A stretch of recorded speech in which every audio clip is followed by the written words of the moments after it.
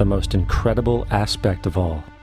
These totalitarian elements will not be forced upon the people will demand them. For the social manipulation of society through the generation of fear and division has completely detached humans from their sense of power and reality. A process which has been going on for centuries, if not millennia. Religion, patriotism, race, wealth, class, and every other form of arbitrary, separatist identification and thus conceit has served to create a controlled population, utterly malleable in the hands of the few. Divide and conquer is the motto, and as long as people continue to see themselves as separate from everything else, they lend themselves to being completely enslaved. The men behind the curtain know this, and they also know that if people ever realize the truth of their relationship to nature and the truth of their personal power, the entire manufactured zeitgeist they prey upon will collapse like a house of cards.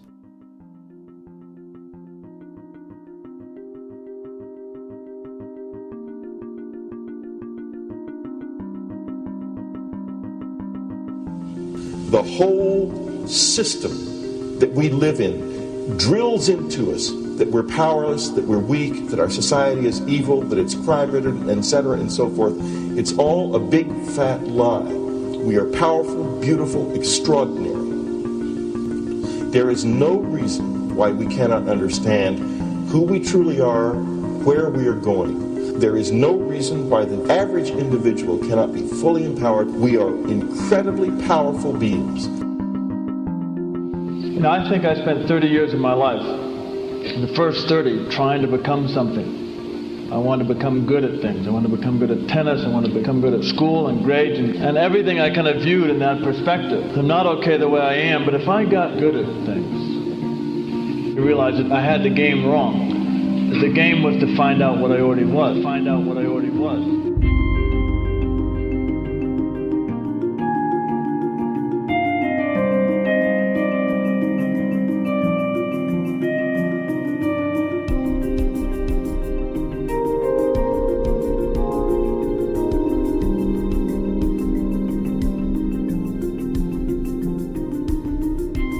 Now, in our culture, we've been trained for individual differences to stand out.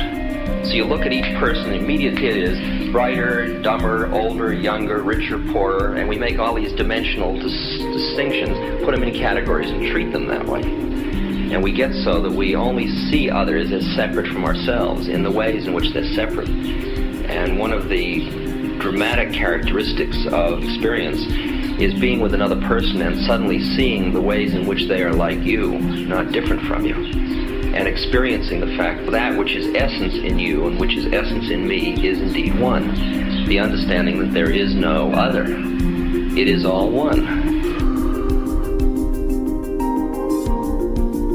And I wasn't born Richard Alpert, I was just born as a human being, and then I learned this whole business of who I am and whether I'm good or bad or achieving or not, all that's learned along the way.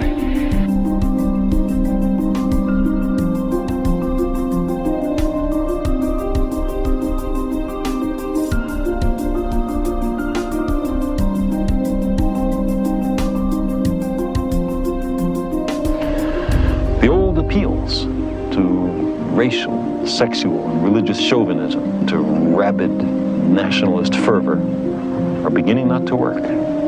A new consciousness is developing which sees the earth as a single organism and recognizes that an organism at war with itself is doomed.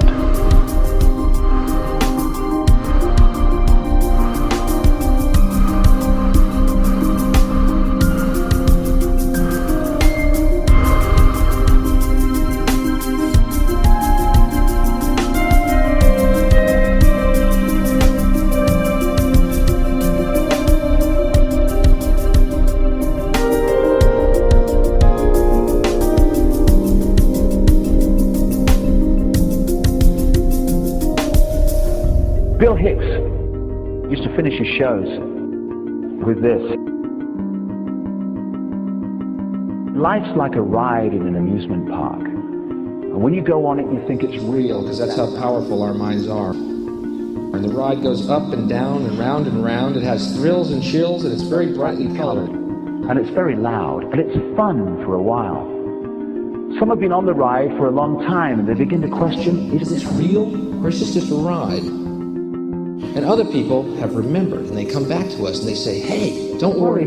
Don't be afraid ever, because this is just a ride. And we kill those people. Shut him up, I've got a lot invested in this ride. Shut him up! Look at my furrows of worry. Look at my big bank account. My family, this has to be real. It's just a ride. But we'll kill those good guys who try and tell us that. You ever notice that? And let the demons run amok? But it doesn't matter, because it's just a ride, and we can change it anytime we want. It's only a choice. No effort, no work, no job, no savings of money. Just a choice right now between fear and love.